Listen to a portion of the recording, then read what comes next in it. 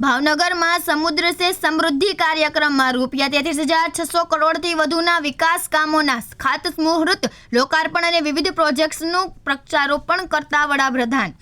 ચીપથી ship સુધીના નિર્માણ દ્વારા આત્મનિર્ભરતા કેળવી ભારતની સમૃદ્ધિનું દ્વાર ખોલવાની પ્રતિબદ્ધતા વ્યક્ત કરતા વડાપ્રધાન શ્રી નરેન્દ્રભાઈ મોદી 100 દુઃખોની એક જ દવા, તે આત્મનિર્ભર ભારત, બીજા દેશો પર નિર્ભરતા એ આપણો સાચો શત્રુ, વિકસિત ભારતનો રસ્તો આ આત્મનિર્ભર ભારતથી પસાર થાય છે. ભારતની સામુદ્રિક વિરાસત ધરોહરને ભવિષ્યની પેઢી સુધી પહોંચાડી દુનિયાને ભારતનું સામર્થ્ય બતાવવું છે. સમુદ્રિક ઉદ્યોગ તમામ ઉદ્યોગોની જનની છે.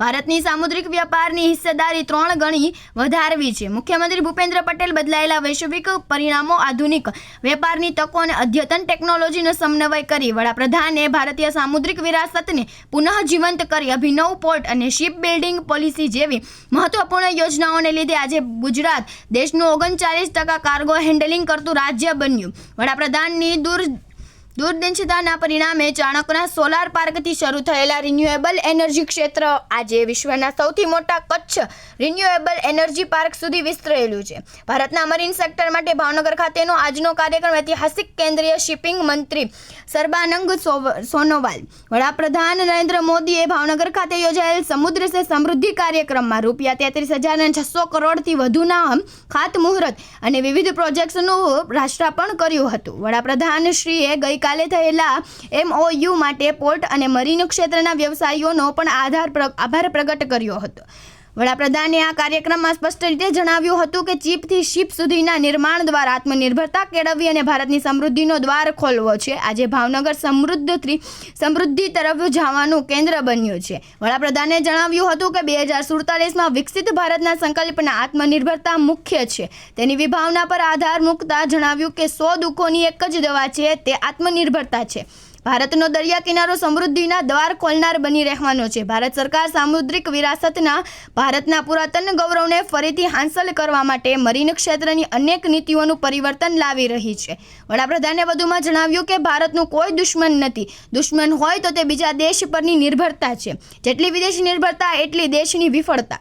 વિશ્વમાં શાંતિ, સ્થિરતા અને સમૃદ્ધિ માટે ભારતે આત્મનિર્ભર બનવું જ પડશે. આપણે 140 કરોડ દેશવાસીઓનું ભવિષ્ય બીજા પર છોડી ન શકીએ. બીજા પરની નિર્ભરતા એ ભારતની સ્વમાનતા પર ઘા સમાન છે. ત્યારે આપણે વિશ્વ બંધુત્વની ભાવનાથી આત્મનિર્ભર ભારતના મંત્ર દ્વારા તેને સાકાર કરવો છે. આ સંદર્ભમાં વડાપ્રધાને જણાવ્યું કે આ મંત્રને સાકાર કરવા માટે સમગ્ર દેશવાસીઓએ એક ભારત શ્રેષ્ઠ ભારતના ધ્યેય સાથે કાર્ય કરવું પડશે. ગુજરાતના વેપારીઓ પણ તેમની દુકાન પર ગર્વથી કહો આ સ્વદેશી છે ના સ્ટીકર લગાવી આત્મનિર્ભર ભારતની આલેખને વધુ મજબૂત બનાવે. તેમણે વધુમાં જણાવ્યું કે પોર્ટ લેડ ઉદ્યોગોને ગતિ આપવા માટે તેમજ ક્રૂઝ ટુરિઝમને પધારવા માટે મુંબઈ ઇન્ટરનેશનલ ક્રૂઝ સ્ટેશનનું લોકાર્પણ થયું છે. ગુજરાતમાં પણ અનેક પોર્ટ વિકાસના કાર્યો પ્રગતિમાં છે. ગુજરાતમાં પણ અલંગ સાથે અનેક જગ્યાએ શિપ બિલ્ડિંગ અને રિસાયકલિંગના કાર્યો વિકસિત થઈ રહ્યા છે. આત્મનિર્ભરતા કેળવવા માટે આપણે પડકારોનો સામનો કરવો પડશે. દુનિયા સામે ટટ્ટાર ઊભું રહેવું પડશે. ભારતમાં સામર્થ્યની કોઈ કમી નથી. આઝાદી બાદ કોંગ્રેસે લાયસન્સ અને ક્વોટા રાજના દેશના મેરીટાઈમની ઇકોસિસ્ટમને ઠપ્પ કરી નાખી હતી. ભૂતકાળમાં વિદેશી જહાજોને ભાડે રાખવા એ આપણી મજબૂરી બની ગઈ હતી. માત્ર 5% જ ધંધો રહી ગયો હતો.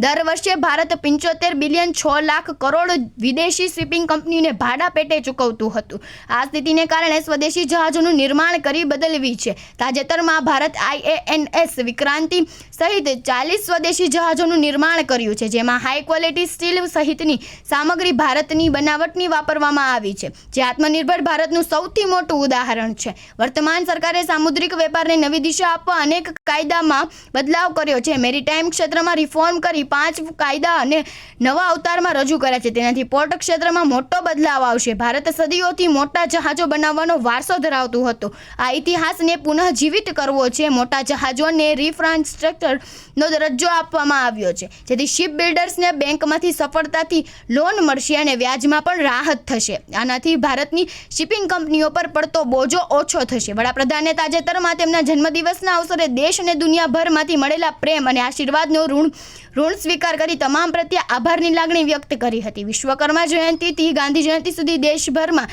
યોજાઈ રહેલા સેવા પખવાડિયા અંતર્ગત ગુજરાતે છેલ્લા 2-3 દિવસમાં જ 1 લાખ યુનિટ લોહી એકત્રિત કર્યું છે. 30,000 સ્થળોએ મહિલા સ્વાસ્થ્ય સહિત આરોગ્યલક્ષી કેમ્પ થયા છે તે અંગે પણ આનંદની લાગણી વ્યક્ત કરી હતી. તાજેતરમાં જ કેન્દ્ર સરકાર દ્વારા જીએસટી સ્લેબમાં કરેલા ઘટાડાને કારણે આગામી દિવાળીમાં બજાર રોનક વધવાની છે. મહારાજા કૃષ્ણકુમાર સિંહજીનું સમર્પણ કરી તેમણે નવરાત્રિના આવી રહેલા પાવન પર્વ પ્રસંગે સૌ નાગરિકોને શુભકામનાઓ પાઠવી હતી. શિપ બિલ્ડિંગ માટે દેશભરમાં વ્યાપક કામગીરી કરવામાં આવી રહી છે તેમ જણાવી વડાપ્રધાને શિપ બિલ્ડિંગને અન્ય ઉદ્યોગની પણ જનની ગણાવી હતી. અનેક ઉદ્યોગોનો શિપ ઇન્ડસ્ટ્રીઝથી ફાયદો થાય છે. દરેક રોજગાર સપ્લાય ચેનમાં શિપ બિલ્ડિંગનું ખૂબ મહત્વ છે અને મોટી રોજગારી પેદા કરવાનું ક્ષેત્ર છે. સાગરમાલા જેવા ઉપક્રમોને પરિણામે સમુદ્રી રસ્તામાંથી વિશ્વભરમાં વેપાર વધી રહ્યો છે. હયાત વેપારને 3 ગણો કરવાનું આયોજન છે. આ ક્ષેત્રે ભારત આજે દુનિયાના ટોપ 3 દેશોમાં આવી ગયો છે. તેની વિગતો આપણા વડાપ્રધાનશ્રીએ જણાવ્યું હતું કે શિપિંગ માટે 100 રોજગાર ઊભા થાય છે તો તેની સાથે જોડાયેલા ઉદ્યોગોમાં 600 રોજગાર ઊભા થાય છે. તે સામુદ્રિક ક્ષેત્રની મલ્ટી સપ્લાય ઇફેક્ટ છે.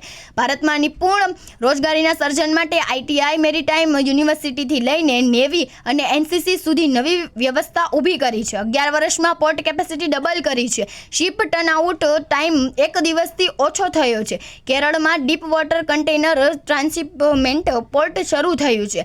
75,000 કરોડના ખર્ચે મહારાષ્ટ્રમાં પોર્ટ બની રહ્યું છે. દેશમાં નાવિકોની સંખ્યા 1 દશકમાં 1.25 લાખથી વધીને 3 લાખ થઈ છે. તેના દ્વારા ભારતનો સામુદ્રિક હિસ્સેદારીમાં 3 ગણો વધારો કરવો છે તેમની ભૂમિકા તેમણે આપી હતી. ભારત અદ્ભુત સામુદ્રિક વારસો ધરાવે છે. લોથલ તેનું એક મોટું ઉદાહરણ છે. લોથલમાં સ્ટેચ્યુ ઓફ યુનિટીની જેમ વિશ્વનું સૌથી મોટું મેરીટાઈમ મ્યુઝિયમ બની રહ્યું છે. તો ભારતની સામુદ્રિક વિરાસત ધરોહરને ભવિષ્યની પેઢી સુધી ભારતના સામર્થ્યને દર્શાવવાનું માધ્યમ બની રહેશે તેમ તેમણે વધુમાં ઉમેર્યું હતું. મુખ્યમંત્રી ભૂપેન્દ્ર પટેલે ભાવનગર ખાતે આયોજિત કાર્યક્રમમાં રાજ્યમાં એક જ દિવસમાં ₹33,600 કરોડથી વધુના વિકાસ કાર્યોની ભેટ આપવા બદલ વડાપ્રધાન નરેન્દ્ર મોદીનો આભાર વ્યક્ત કરતા જણાવ્યું હતું કે જ્યારે ગુજરાત અલગ રાજ્ય બન્યું ત્યારે લોકોના મનમાં અપૂરતા સંસાધનો સાથે આ રાજ્ય કઈ રીતે આગળ વધશે તે અંગે શંકા હતી. પરંતુ 2001થી વડાપ્રધાન નરેન્દ્ર મોદીએ રાજ્યની ધુરા સંભાળી ત્યારથી ગુજરાતે ન માત્ર વિકાસની રાહે હરફાળ કરી પરંતુ સમગ્ર દેશનું રોલ મોડલ પણ બન્યું છે. મુખ્યમંત્રીએ વધુમાં જણાવ્યું કે વડાપ્રધાન નરેન્દ્ર મોદીએ સમય સાથે કદમ મિલાવી આગામી કુનેહથી રાજ્યના દરિયા કિનારાઓને વિકસિત કરવાનું કાર્ય આરંભ્યું છે. 21મી સદીના બદલાયેલા વૈશ્વિક પરિણામો, આધુનિક વેપારની તકો અને અદ્યતન ટેકનોલોજીનો સમન્વય કરી તેમણે દરિયાઈ સંસ્કૃતિને જીવંત કરવાનું વિઝન આપ્યું છે જેનો સીધો જ લાભ ગુજરાતને મળ્યો છે. આ પ્રયાસોને કારણે બંદરોની નજીકમાં નવા ઉદ્યોગોનું નિર્માણ થયું છે. આયાત નિકાસની સુવિધાઓ વધી છે. ખાનગી રોકાણ પણ આકર્ષાય છે. અભિનવ પોર્ટ નીતિ અને શિપ બિલ્ડિંગ જેવી નીતિઓને લીધે આજે ગુજરાત દેશનું 39% કાર્ગો હેન્ડલિંગ કરતું રાજ્ય બન્યું છે. દરિયાઈ સુરક્ષાની સાથે સાથે શિપ બિલ્ડિંગ અને શિપ રિસાયકલિંગ જેવા ક્ષેત્રો પણ વડાપ્રધાનના માર્ગદર્શન હેઠળ વિકસિત થયા છે. આજે રાજ્યમાં LNG અને કન્ટેનર ટર્મિનલ કાર્યરત થયા છે અને રોડ, રેલ તથા લોજિસ્ટિક કનેક્ટિવિટી પણ સુધરી છે. પર્યાવરણના રક્ષણ અને સંતુલિત વિકાસના ઉદ્દેશ્ય સાથે વડાપ્રધાનશ્રીએ પરંપરાગત ઉર્જાને પ્રાધાન્ય આપ્યું છે જેના પરિણામે ચારણકા સોલાર પાર્કથી શરૂ થયેલી આ શરૂઆત આજે દેશના સૌથી મોટા કચ્છ રિન્યુએબલ એનર્જી પાર્ક સુધી વિસ્તરી છે. ગુજરાત આજે 60%થી વધુ રિન્યુએબલ એનર્જીનું ઉત્પાદન કરે છે. પવન ઉર્જા તથા રૂફટોપ સોલારમાં ગુજરાત દેશમાં પ્રથમ ક્રમાંકે છે. આ ઉપરાંત ખેડૂતો માટેની વિવિધ યોજનાઓ કૃષિ ક્ષેત્રે પણ ક્રાંતિ લાવી રહી છે. મુખ્યમંત્રીએ વધુમાં ઉમેર્યું હતું કે રણોત્સવને આ કારણે વિશ્વભરમાં ખ્યાતિ મેળવનાર ધરોડોમાં આજે 100% રહેણાંક વીજ જોડાણોનું સોલારાઇઝેશન થઈ રહ્યું છે. આજે લોકાર્પિત થનારા વિકાસ કાર્યો થકી ગુજરાત ઇઝ ઓફ લિવિંગનું કેન્દ્ર બનવાની સાથે નવા ભારતના નિર્માણમાં દિશાસૂચક બની રહ્યું છે. અંતમાં મુખ્યમંત્રીએ આગામી નવરાત્રિ અને દિવાળી જેવા તહેવારોમાં સ્વદેશી ઉત્પાદનો અપનાવીને વડાપ્રધાનના લોકલ ફોર વોકલના મંત્રને સાચા અર્થમાં ચરિતાર્થ કરવા લોકોને આહવાન કર્યું હતું. કેન્દ્રીય શિપિંગ અને પોર્ટ અને વોટરવેઝ મંત્રી સર્બાનંદ સ્વાગત પ્રવચનમાં ગુજરાતની પાવન ભૂમિને વંદન કરી જણાવ્યું કે ગુજરાતની ભૂમિ એ મહાન સપૂતોએ આપ્યા છે। ત્યારે સમુદ્ર સે સમૃદ્ધિ કાર્યક્રમ વિશે વાત કરતા જણાવ્યું હતું કે વડાપ્રધાનના નેતૃત્વમાં આપણા દેશનો દરેક ખૂણો જળ આધારિત પરિવહનથી જોડાઈ રહ્યો છે। વડાપ્રધાનના સૌનો સાથ સૌનો વિકાસના મંત્ર સાથે આપણે આગળ વધી રહ્યા છીએ। વડાપ્રધાન શ્રીના નેતૃત્વમાં ભારત વિશ્વની મોટી અર્થવ્યવસ્થા બની ચૂકી છે। રિફોર્મ ટ્રાન્સફરથી શિપિંગ ક્ષેત્રમાં અદ્ભુત પરિવર્તન આવ્યું છે। આજે મેરીટાઈમ ક્ષેત્રમાં રોકાણની તકો વધી છે। વિકાસ ભી વિરાસત ભી ની નેમ સાથે આપણે આગળ વધવું છે। આ પ્રસંગે શ્રમ અને રોજગારના કેન્દ્રીય મંત્રી મનસુખ માંડવિયા, પોર્ટ શિપિંગ અને વોટરવેઝના કેન્દ્રીય રાજ્યમંત્રી શાંતનુ ઠાકુર, અન્ન અને નાગરિક પુરવઠાના કેન્દ્રીય રાજ્યમંત્રી મતી નીમુબેન બાંભડિયા, નાણામંત્રી કનુભાઈ દેસાઈ, આરોગ્ય મંત્રી ઋષિકેશભાઈ પટેલ, કૃષિ મંત્રી રાઘવજીભાઈ પટેલ, પાણી પુરવઠાના મંત્રી કુંવરજીભાઈ બાવળિયા, સામાજિક ન્યાય અને અધિકારિતા મંત્રી મતી ભાનુબેન બાબરિયા, મત્સ્યોદ્યોગ રાજ્યતંત્રી પરસોત્તમભાઈ સોલંકી, ધારાસભ્ય સર્વ સેજલબેન પંડ્યા, જીતુભાઈ વાઘાણી, શંભુ પ્રસાદ ડુંડિયા, શિવાભાઈ ગોહિલ, ભીખાભાઈ બારૈયા, ગૌતમભાઈ ચૌહાણ, ડોક્ટર પ્રભુમન વાજા સહિતના સૌરાષ્ટ્રના ધારાસભ્યો, મેયર ભરતભાઈ બારડ, જિલ્લા પંચાયતના પ્રમુખ રેયાબેન મિયાણી, પૂર્વ સાંસદ રાજેન્દ્રસિંહ રાણા, જિલ્લાના અગ્રણીઓ સર્વ દિગ્વિજયસિંહ ગોહિલ, કુમારભાઈ શાહ, રાજુભાઈ રાબડિયા, રાજીવભાઈ પંડ્યા, પદાધિકારીઓ, અધિકારીઓ, રાજ્યભરમાંથી આવેલા નાગરિકો તથા ભાવનગરની જનતા મોટી સંખ્યામાં ઉપસ્થિત રહી હતી। કેમેરામેન બિજલભાઈ માલિકિયા સાથે reporter Firoz Malek, Bhavnagar.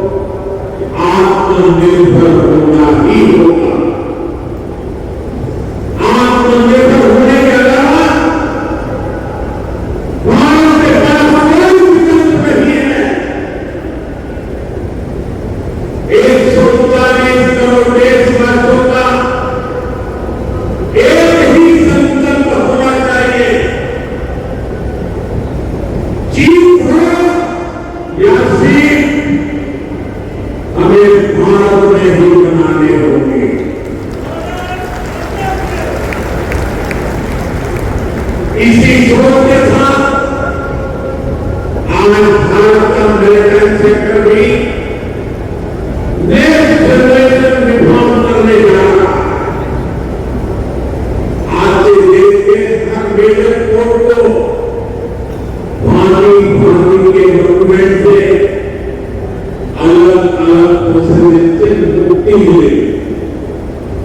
One nation one document और one nation one port process अपने कारोबार को और सरल करने